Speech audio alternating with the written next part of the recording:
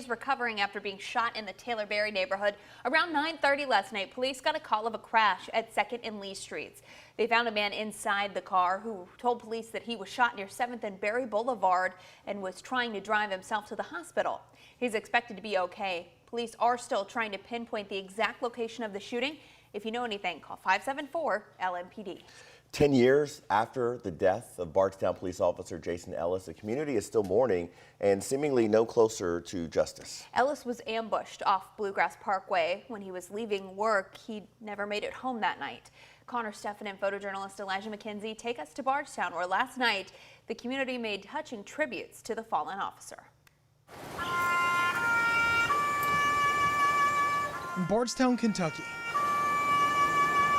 the significance this state holds isn't lost on anyone. It's a moment that bears both the weight of grief and the strength of unity. The day America's most beautiful small town experienced one of its darkest moments, May 25th, 2013. Day one turned our family upside down. In a moment, our lives were suddenly changed forever. When someone ambushed and killed Officer Jason Ellis. He selflessly put his life on the line to protect and serve his community. A tragedy leaving so many questions in its wake, so many still left unanswered. Leaving us navigating unspeakable heartbreak and endless questions. So many questions. And the most important question of who and why. While theories and what-ifs linger, time does not. That sobering reality emphasized by Jason's wife, Amy Ellis Brown, who has since remarried, but still finds solace in tributes that keep his spirit alive. It's important not only for his family and friends, but especially important to his sons that he left behind. His sons that were 6 and 7 when he was tragically taken, and now are grown young men at 16 and 17. It was standing room only in the Bardstown Police Department's parking lot as hundreds came together to honor the fallen officer. Along with those you just heard from countless law enforcement officers, the FBI spoke at this memorial. They said men and women are working every day to solve Jason's murder. Until then, they will not rest. In Bardstown, Kentucky, Connor Steffen, WHAS11 on your side. Kentucky State Police troopers are investigating Officer Ellis's case with help from agencies like the FBI. The FBI is offering a reward of up to $50,000 for information leading to a conviction in this case. You can submit tips at tips.fbi.gov or call 1-800-CALL-FBI. And another small town community is mourning the loss of a member of law enforcement. This time it's a sheriff's deputy. His name is Caleb Connolly. He was fatally shot earlier this week during a traffic stop on I-75 near Georgetown.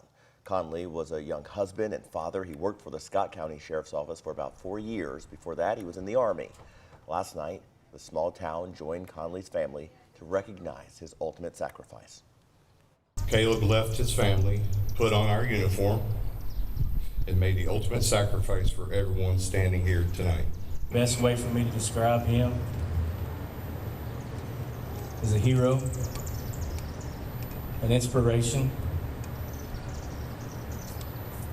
full of heart,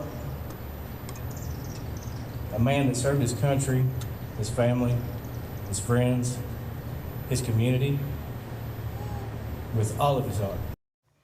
The man on your screen, his name is Stephen Shang Shang. He's been arrested in connection with the shooting.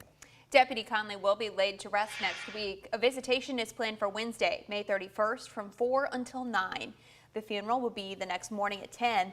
Both will be held at Scott County High School in Georgetown, Kentucky. He'll be buried in Cynthiana. If you'd like to help Deputy Conley's family, we have info on our website, WHAS11.com.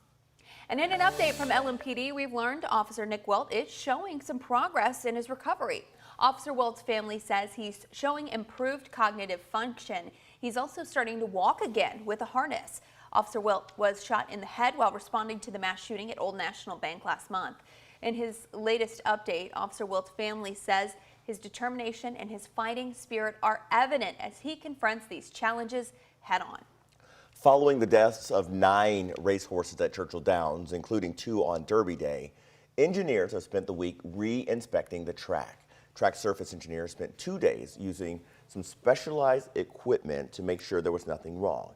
Their analysis included a radar that was towed on the back of one of their off-road vehicles to study the track's multiple layers. Of the 9 horse deaths, 8 happened on the track, with 6 resulting from catastrophic injuries. The other death happened in the paddock area.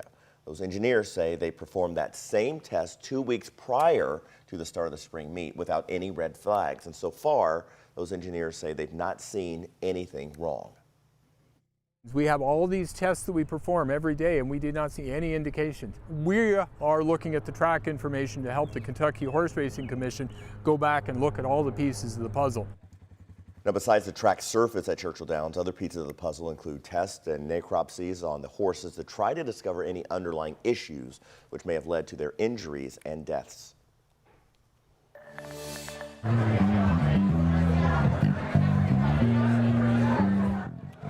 Across the river in Jeffersonville, the world's largest Beatles and classic rock music festival kicked off.